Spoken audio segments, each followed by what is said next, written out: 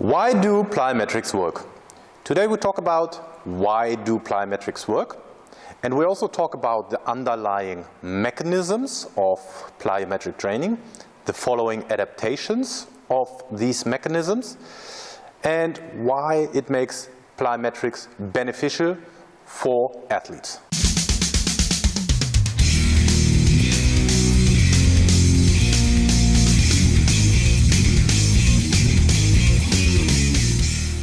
So why do plyometrics work? In my opinion, there are basically three main benefits why plyometric training works. Benefit number one, if we look at plyometric training and we look at the so-called stretch shortening cycle, I've talked about that before, there is such thing that is called a stretch shortening cycle. So if you think about the muscle being stretched and shortened. Yeah? So simple example, I'm going to go back here.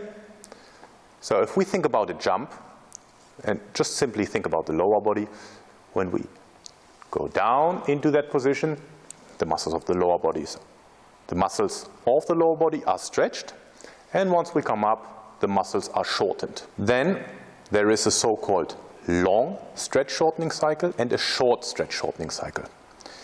Without becoming too technical, the long stretch shortening cycle is if that cycle of stretching and shortening is 200 milliseconds or longer, it's called a long stretch shortening cycle. If that cycle of stretching and shortening is shorter than 200 milliseconds or 180 milliseconds, often you find 180 milliseconds in the literature, it's called a short stretch shortening cycle. So let's have a look at these phases of a short stretch shortening cycle and a long stretch shortening cycle. The phases of a stretch shortening cycle are an eccentric component, the muscle gets lengthened, a so-called amortization, and a concentric component where the muscle gets stretched. So now what plyometric does is, hopefully if you do it correctly, that this so-called amortization, the time between stretching and releasing, recoiling, to make that as short as possible. Why is that important? Because in that so-called amortization phase, energy can dissipate. So the energy, the elastic energy you store in the muscle in the eccentric component can potentially be used in the concentric component. Yeah? So the energy that is used in the stretching can be used in the recoil.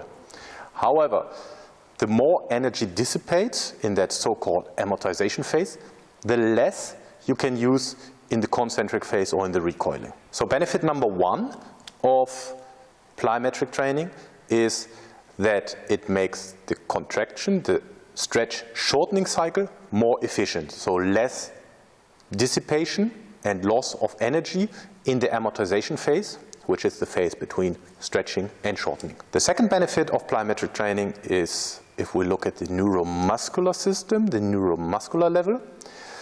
I've talked about that before. I hope you're not getting tired of that. The signal travels from the brain to the muscle and travels back to the brain. That is a so-called feedback loop. Yeah?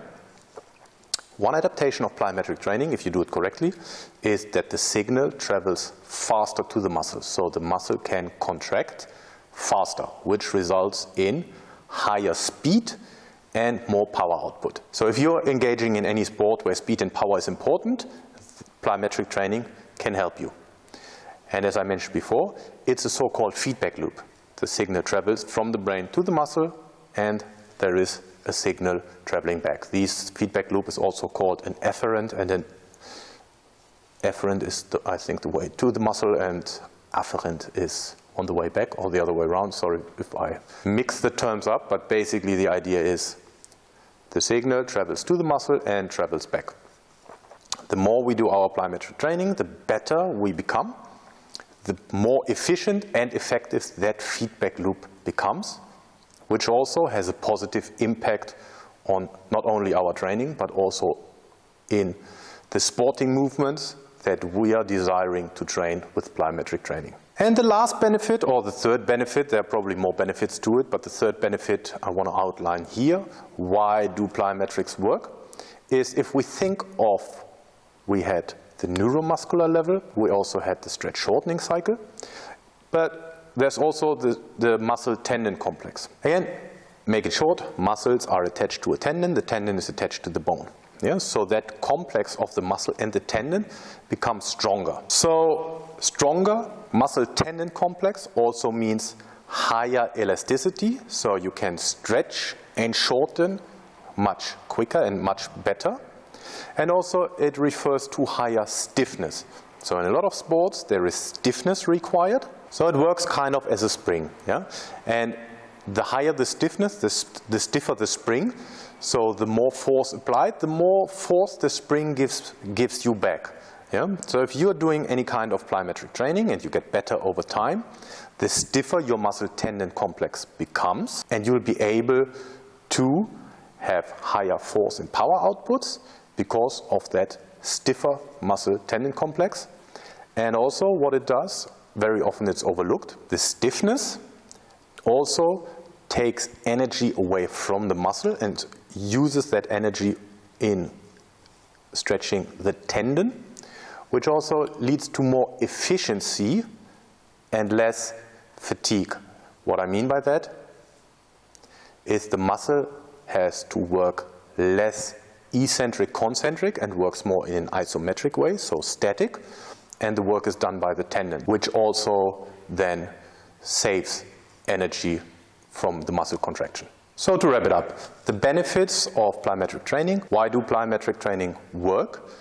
One is there's more efficiency in the stretch shortening cycle, so the muscle gets stretched and shortened, and there's less time and less energy dissipating in the so-called amortization phase between the stretch and the shortening. The second benefit, if we think about the feedback loop of the signal traveling from the brain to the muscle and traveling back, so it's the so-called feedback loop, that feedback loop becomes more efficient and effective. And the third benefit, on a muscular level, it strengthens the muscle tendon complex, which leads to more elasticity and stiffness in the muscle.